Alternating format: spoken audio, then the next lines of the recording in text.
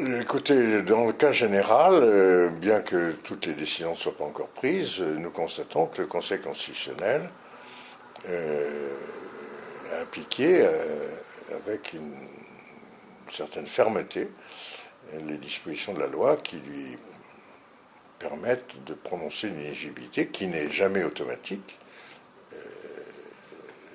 Il doit dans chaque cas examiner, premièrement, si la Commission a rejeté le compte à bon droit. Et il lui est arrivé dans quelques cas de considérer que ce n'était pas le cas. Mais ce n'est pas une condition suffisante. Encore faut-il qu'il considère qu'il y a eu une infraction grave aux règles du Code électoral, ou plus encore, s'il établit une volonté de fraude. C'est ce qui lui permet d'établir sa décision d'inéligibilité. La nouveauté par rapport aux situations précédentes, c'est qu'il doit examiner au cas par cas et qu'il n'y a plus d'automaticité du tout à cette décision d'inéligibilité et qui peut moduler l'inéligibilité jusqu'à 3 ans.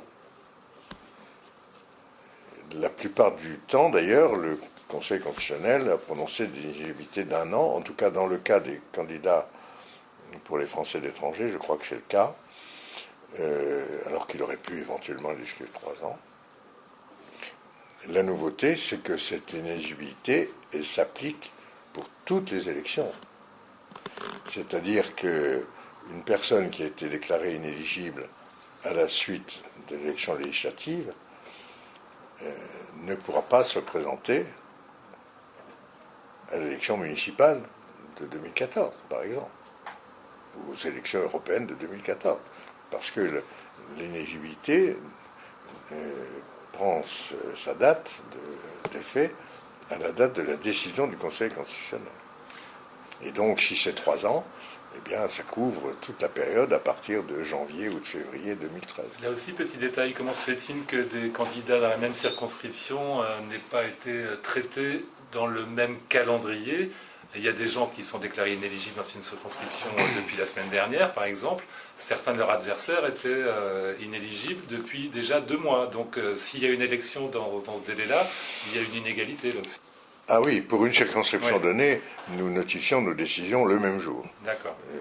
À la fois au candidat et au Conseil constitutionnel. Cela dit, le Conseil constitutionnel procède à une instruction. Et cette instruction peut être plus ou moins longue suivant les caractéristiques du dossier ou sa difficulté. Et il ne m'appartient pas de répondre quant au délai que le Conseil constitutionnel utilise pour juger ces saisines par la Commission. Il y a quand même eu, pour l'ensemble des élections législatives, 238 saisines par la Commission. Et donc, c'est 238 dossiers qu'il fallait, pour le Conseil constitutionnel, examiner en dehors de toutes ces autres tâches.